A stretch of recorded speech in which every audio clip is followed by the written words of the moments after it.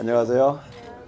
네, 카메라를 의식한 발언인데 아무튼 간단하게 좀 과목 소개를 드리자면 제가 수업 시간에 여러분들한테 하는 말을 한번 반복을 해볼게요.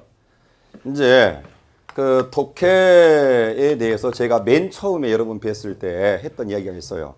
뭐냐면 이제 문제하고 답이 있잖아요. 시험이라는 게. 근데 이 문제는 크게 두 가지가 있다. 그래서 전체를 물어보는 문제하고 부분을 물어보는 문제가 있다고 이런 말씀을 드린 적이 있습니다. 근데 전체라고 하는 거는 주제를 물어보는 문제가 있는데 주제 문제는 쉽게 말하면 이게 뭔 소리냐?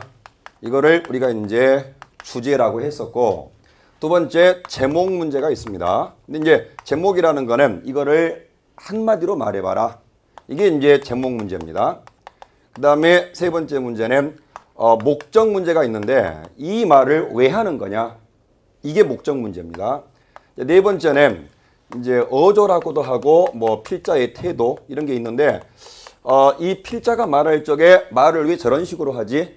왜 저렇게 비판적인가? 뭐 이런 식의 어조가 있어요. 근데 이제 이런 걸 물어보는 문제가 있어서 크게 네 문제로 이렇게 분류가 돼요. 그 다음에 부분 문제는 뭐가 있는가 하면은 이제 내용 일치 문제가 있습니다. 그래서 이게 내용상 일치하는 것인지 두 번째는 이제 내용 추론 문제가 있어요. 그래서 추론을 한번 해보라. 이 글을 바탕으로 해서 세 번째가 이제 빈칸 문제가 있어요. 이 빈칸 문제는 그러니까 이제 뭐 빈칸 뚫어놓고 채워넣는 거죠. 네 번째는 밑줄 그러니까 이거를 이제 지칭 파악 및 추론이 있습니다. 그래서 크게 본다 그러면 이렇게 분류가 돼요. 문제는. 근데 제가 이제 무슨 말인가 하면 문제를 몰라서 못 풀진 않아요. 어떤 지문을 보든 문제는 똑같습니다. 이 한도 내에 있어요. 다른 문제는 안 나오니까. 그래서 문제는 늘 똑같은데 지문만 달라지는 거예요. 엄밀히 말하면. 근데 그래서 이제 지문만 달라지는 건데 그럼 문제가 이걸 알면 되는 거잖아요. 근데 왜 이걸 모르냐는 거지. 문제가 빤한데 왜 이걸 모를까 하는 겁니다. 딱 두 가지가 있어요. 첫 번째는 뭐냐면 어려운 거야, 주제가. 이게 뭔 소린지를 모르겠는 거지. 그래서 이게 이제 주제가 너무 다양하니까 천차만별이니까. 그래서 한마디로 말하면 내용이 이게 뭔 소린지 모르겠다는 거야. 두 번째는 또 하나 구문이야. 구문인데 읽다 보니까 구문 파악이 안 되는 거야. 이게 한 문장이 두 줄, 세 줄 넘어가니까 헷갈리는 거죠. 잔뜩이나 내용도 어려운데 구문까지 어려워져 가지고서 파악이 안 되는 거란 말이에요. 그래서 이제 이 구문이 파악이 안 되는 건데 제가 이제 오늘 지금 이 시간은 뭐 구문 독해라는 강좌를 왜 굳이 하려고 하느냐 그것 때문에 이제 만든 자리여서 이야기를 그게 한정시키자면 이거는 수업 시간에 충분히 하는 거예요. 제가 수업 시간에 이거 하는 거거든요. 근데 이거는 충분히 커버가 됩니다. 근데 이거를 하다 보면은 구문이라는 걸 접근하다 보면 수업이 문법 수업이 돼 버려요. 독해 수업이. 그래서 건들 수가 없는 부분이 있어요. 수업 하다 보면. 그래서 조금 더 설명을 하고 싶은데 더 들어갈 수가 없는 거지. 그러다 보면 이제 문법 수업이 돼버리기 때문에. 근데 어떤 분들은 그런 분들이 있거든요. 아니 왜 저걸 그냥 넘어가냐. 문법적인 걸 좀 따지고 들어가지. 그러니까 문법 시간에 배웠던 거를 적용을 시키고 싶고 더 잘 알고 싶은데 그냥 쑥 넘어가 버리니까 답답한 거예요.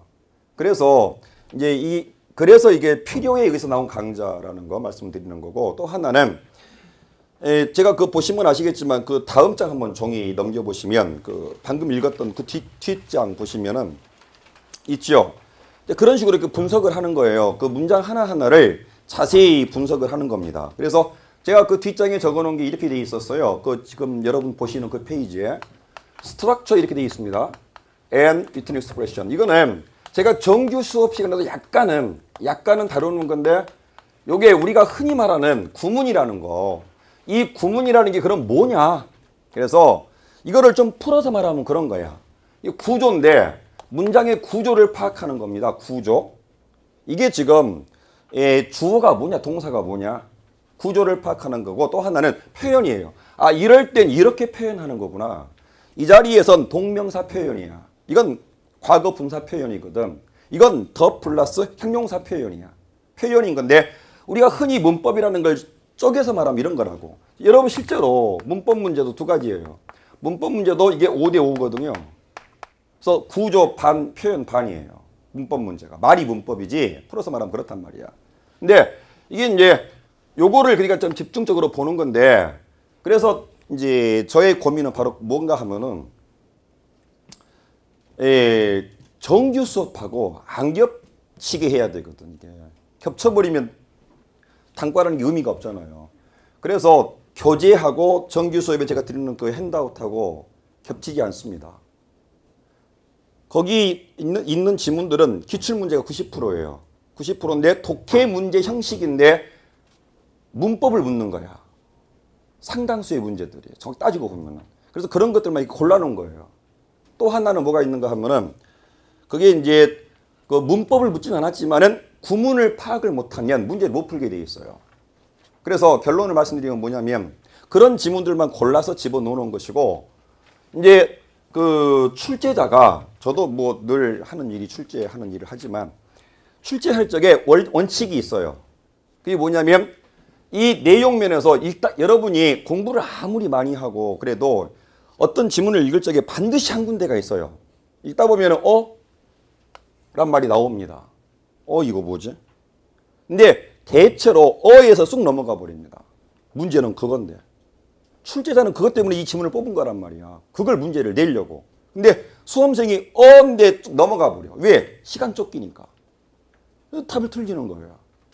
근데 이 어에서 보면은 대체로 이제 내용과 구문인 건데 그래서 요거 내용도 내용이지만 요런 이제 그 구문 쪽에서 좀 접근을 해가면서 결국엔 구문 파악도 결국에는 내용을 알기 위한 거지만 아무튼 내용과 떨어질 수는 없어요. 이게 지금 반드시. 내용과 별개로 될 수는 없지만은 지금 이쪽에 좀 초점 맞춰가지고 문법 시간에 배운 거하고 이렇게 결합을 시켜서 수업을 진행을 하려고 합니다. 그리고 혹시라도 그게 뭐 제가 드린 지문 중에 어딘가 겹칠 수도 있겠지만은 거의 겹치지 않아요. 이거는 이 수업만을 위해서 만든 별도의 자료이기 때문에 그런 거는 뭐 제가 보장할 수 있습니다. 그리고 이제 여러분 수업하실 적에 이거는 약간 이제 뭐 별개의 것이 될 수도 있겠지만 만약에 내가 수업을 듣는데 나는 이 지문을 풀다 보니까 진짜 어려운 지문이 생겼어. 나한테. 그런 것들은 말씀을 해주시면 제가 수업에 반영을 할 수 있어요. 이거 진짜 구문적으로 굉장히 중요한 어려운 지문이고 문제 풀기 어렵다는 것들이 있으면 제가 그걸 받아들여서 수업 시간에 반영할 수도 있고 따로 답 드릴 수도 있고 하니까 하여튼 뭐 그런 거는 그렇게 해주시면 됩니다. 할 말이 없네 갑자기.